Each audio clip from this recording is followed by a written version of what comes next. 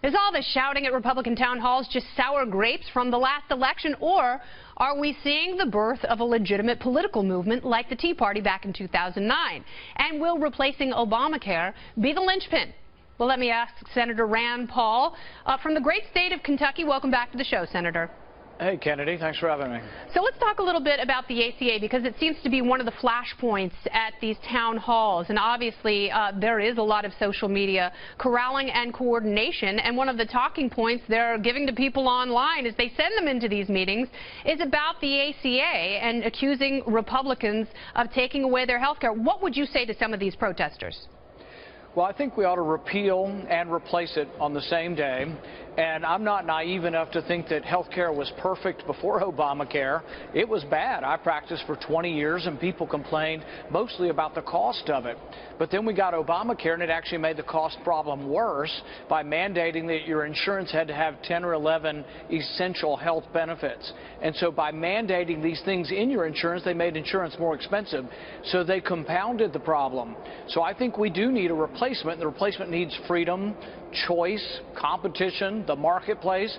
We need to be free to be left alone to try to choose from a whole range of insurance products, and basically we want it to be legal to choose something inexpensive. Yeah, and one of the things that you have put forward, which I think is one of the better ideas and certainly encourages the free market, it's these health pools where individuals can pool together to buy insurance across state lines. Now, this has always been a good idea, and there's been some form floated by various architects of different plans, but I want to know with yours specifically, is this something that you can implement practically within a year?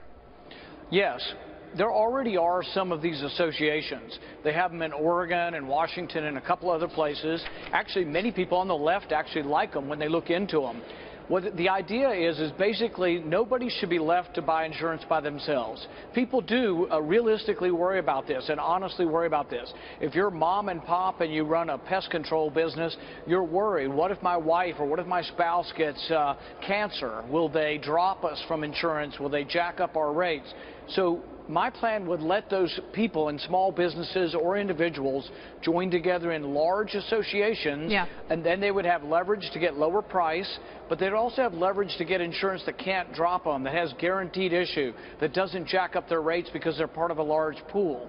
The fact that anybody has to buy insurance by themselves is an artifact of the tax structure system that linked health insurance to employment a long, long time ago. That's absolutely right, and that's a good point, because people's employment patterns are so different now. I know the Obama administration went to great pains to talk about how great the employment numbers were, when really you had so many people with part-time jobs and many who had dropped out of the workplace who don't necessarily have one single stable employer. Now, one of the bigger issues with your plan, and it's kind of confusing for people, and that's the part that has to do with pre-existing conditions, because you have to continually pay for 2 years worth of coverage in order to maintain your insurance after that provision runs out. But for people who have pre-existing conditions and can't necessarily work for 2 years straight, what happens to them?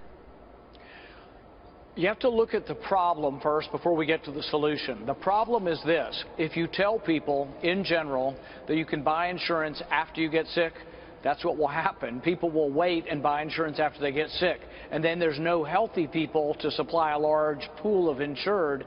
What happens is only the sick people buy insurance, and you get what's called adverse selection, and it spirals out of control. That's the death spiral. That's right. And so that's what we have now. To fix it, you cannot let people buy insurance after they get sick, because it just doesn't work as a model of business. People will go bankrupt, then you have to bail out the insurance companies. So it doesn't work. So what my plan says is, Obama gave us this, and people are stuck in the middle of it. We give people a 2-year period to sign up for insurance, during which the pre-existing clause would still be there, and then it is phased out and is gone in 2 years. You have to do that because there has to be ultimately some sort of incentive to buy insurance. If there's no incentive, and I can wait till I have a heart attack or wait till I'm diagnosed with cancer, People will, because it's cheaper. Yeah, of course it's cheaper, and that's why work. people were sort of protesting the individual mandate by taking the penalty. I want to switch gears a little bit and talk about the Washington Post and Huffington Post and other publications are fanning the flames of this emotionalism on the left, saying this is the beginning of the leftist Tea Party. You are a product of the Tea Party movement, and you were elected to the United States Senate in 2010, re-elected this last November. Do you honestly see that happening on the left? Is that what is going on here? I would say it's unknown. We'll see whether this is a group or an organization that gains momentum over time, whether it has an ideology or some sort of compact, goals and aims. I don't know that that's certain yet. They are having some big crowds. The march here, the day after the inauguration, there were a lot of people there. There's no denying that. There are angry people showing up at town halls. Now, I will say with the Tea Party, though, is there was a consistent ideology, a reverence for the rule of law, for the Constitution, for limited government, for balanced budgets, and for not accumulating more debt and passing it on to our kids and grandkids. Yeah.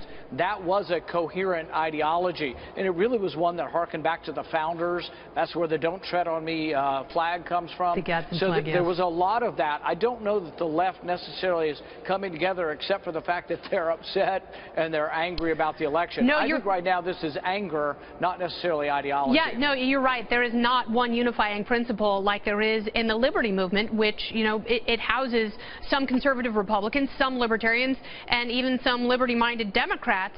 I want to ask you, lastly, Radley Balco is someone who writes a great deal about law enforcement and criminal justice, and he had this tweet about you. He said, at Rand Paul, so how does a drug war and mass incarceration critic, you, vote for the Senate's most strident supporter of both to run the DOJ? How did you vote for Jeff Sessions? I think personal considerations. I've known him for a long time. I didn't like the way the Democrats vilified and tried to create him into some sort of racist monster, which is not who he is. So the fact that they use character assassination, I didn't want to be associated with that. But I can tell people, libertarians across the country, that there is no stronger voice in the U.S. Senate for opposing militarization of the police, opposing the drug war, opposing the surveillance state. And so if people want to apply a purity test to me, they're more than welcome. But I would suggest that maybe they spend some of their time on the other 99 less libertarian senators. All right, Senator, thank you very much for your time. Appreciate it.